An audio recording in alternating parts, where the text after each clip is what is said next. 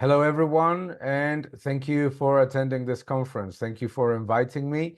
My name is Daniel Lacalle, and I am the author of The Energy World is Flat. Today, I would like to talk a little bit about the challenges and the opportunities for the mining industry of the energy transition. And I would like to start with the enormous opportunity.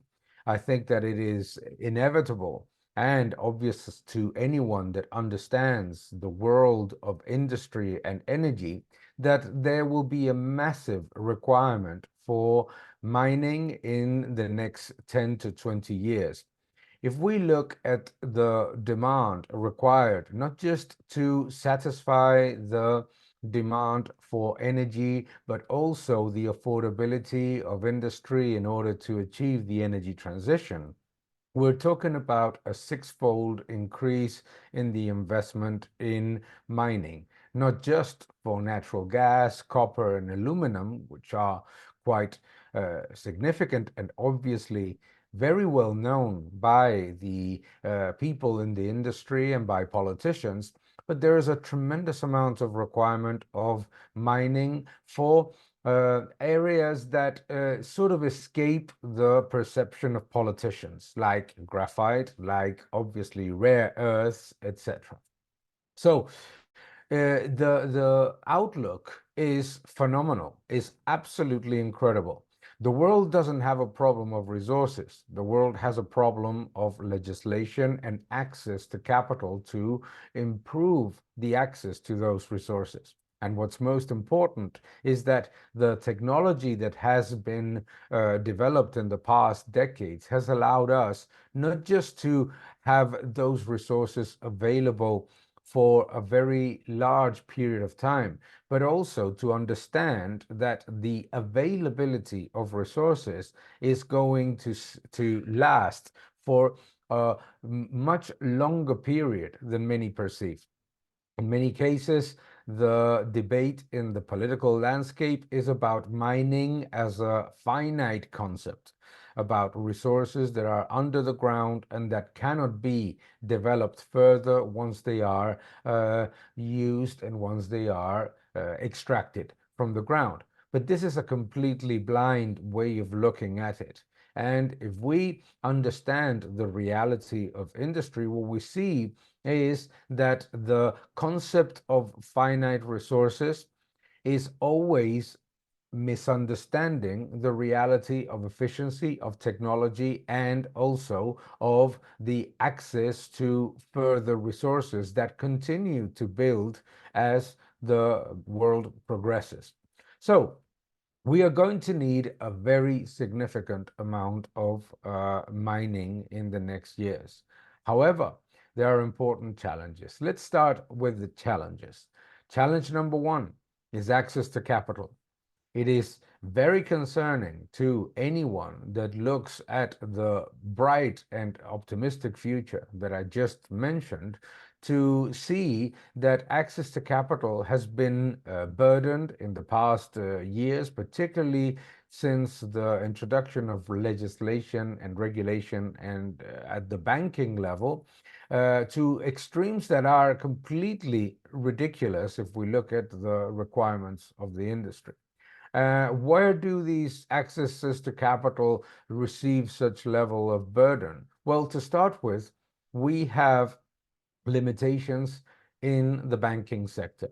The idea that banks should not be financing projects that are carbon intensive is misguided from the perception of what they can achieve for afterwards. And we have seen it, for example, in the decision to ban nuclear in Germany, which has only led to an increase in the utilization of coal. Many of these pieces of legislation that are imposed from a allegedly sort of benign view of the energy transition are actually damaging that energy transition. There is nobody that understands better that there is no energy transition without natural gas, without copper, and without aluminum. It makes absolutely no sense to threaten the access to capital for that level of investment that is required. And what is the problem right now? The problem right now is that the world suffers from a lack of investment, uh, an underinvestment that exceeds the $600 billion per annum figure. According to JP Morgan, underinvestment in mining is leading to not scarcity of resources, but scarcity of availability of resources in order to further develop the energy transition. It's hurting natural gas, which is absolutely critical for a competitive energy transition. It's hurting nuclear as well, because the access to uranium is also being burdened, and it's certainly hurting renewables with an environment in which what we should be seeing right now is an incredible improvement in the cost of goods and raw materials. And what is actually happening, unfortunately, particularly since interest rate hikes stopped, is the opposite, as we're starting to see those commodities creep up and become less affordable, making it more complex and more challenging to achieve a competitive energy transition. And the importance of competitiveness and security of supply should not be forgotten. You cannot have an energy transition if you don't have security of supply and competitiveness. It is not an energy transition if it is expensive and unavailable. Therefore, we need to put mining back in the understanding of the energy and industrial complex as a whole.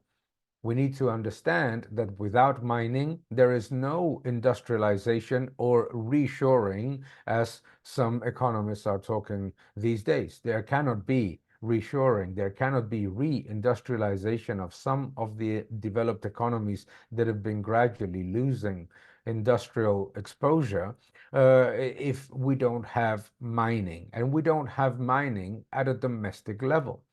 Banning domestic mining and then placing taxation burdens and capital burdens on foreign mining, regardless of the nation in which one lives in, makes it even more challenging to achieve the targets of reduction of CO2 emissions and improvement of technology. The biggest threat to the targets of reduction of CO2 emissions is not the mining industry, is the political landscape that looks at the industrial and energy complex from a myopic and misguided view, which is a sort of ideological perspective. So access to capital is a problem, and it's likely to be a larger problem as regulations that put more burdens on banks and on financial entities when they invest in CO2 emitting industries, that is likely to continue to be a burden. And it's a misguided burden because it only leads to higher consumption of coal, higher consumption of oil, and worsening of the process of energy and technology development. Um, the second challenge, I think, that is important is one that comes from the industry itself, which is we need to start to think from a proactive perspective.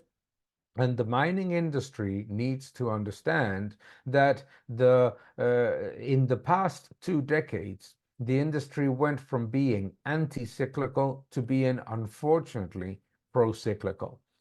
And what does this mean? Basically, it means that historically, in my book, The Energy World is Flat, I show that the mining industry used to be one that, in periods of low prices, invested in order to generate the profits of the environment that would be coming from higher prices when the cycle turned.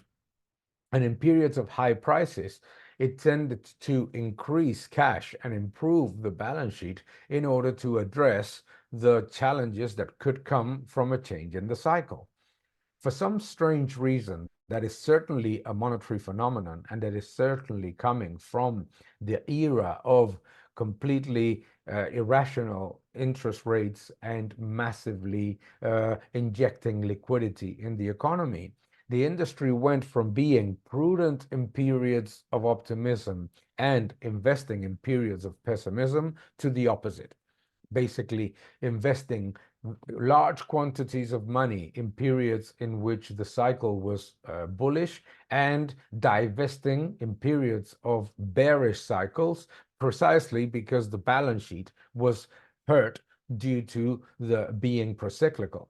So the industry needs to revisit the environment and stop thinking about what central banks are going to do with interest rates and what they're going to do with liquidity in order to accelerate or even leverage on the cycle, but to come back to that process of being anti-cyclical.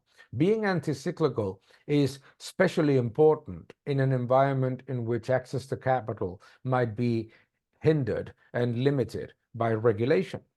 Being anti-cyclical is also what allows the industry to thrive in periods of the average cycle.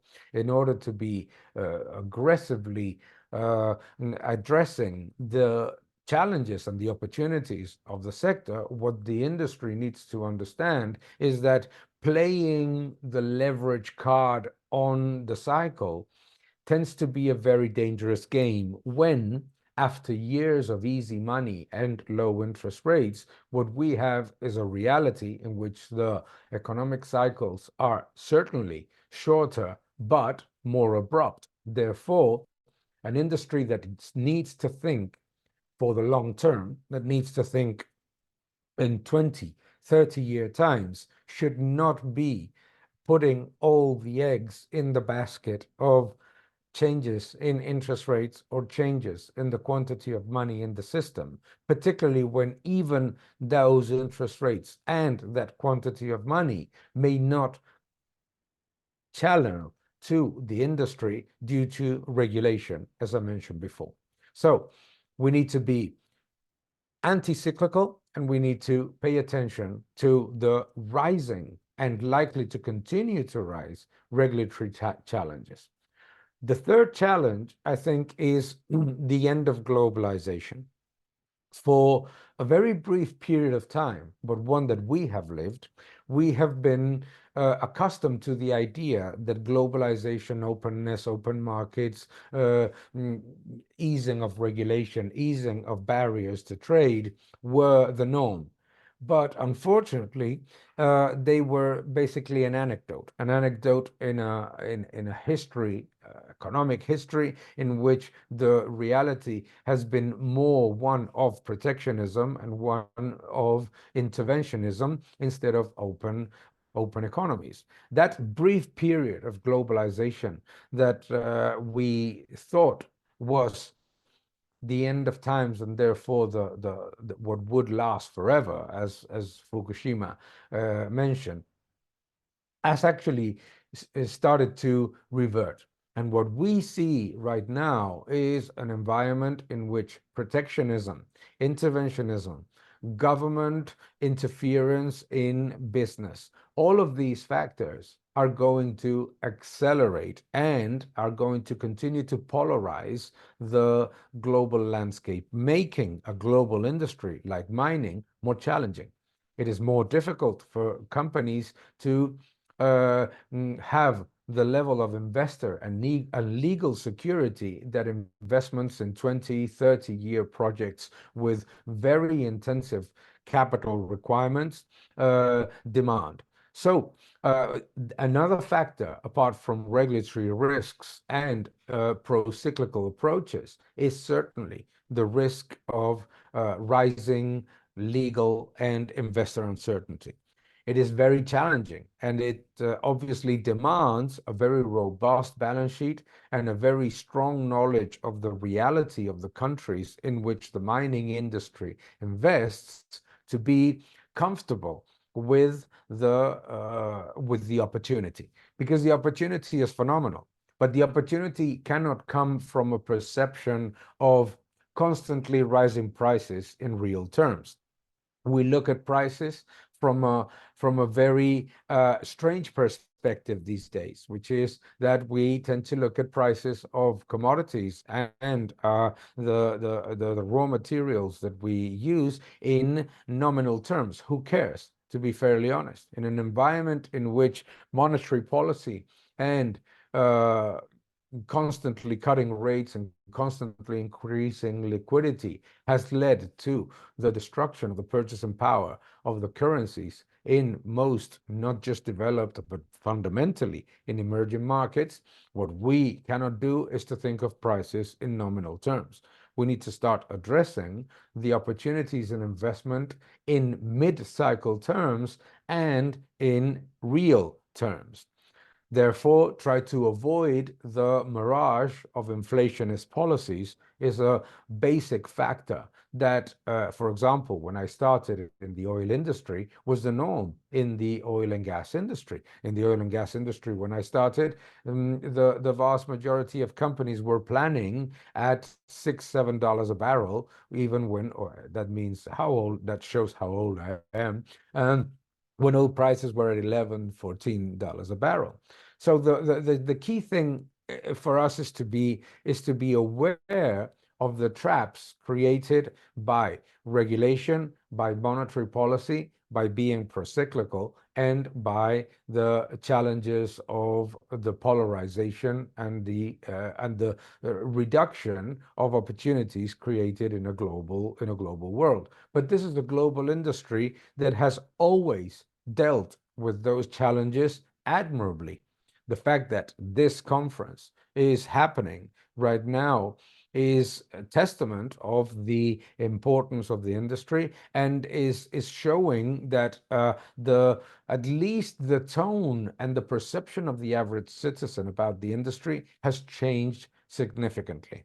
For a while, it has been demonized in a way that is completely unfair and unjustified.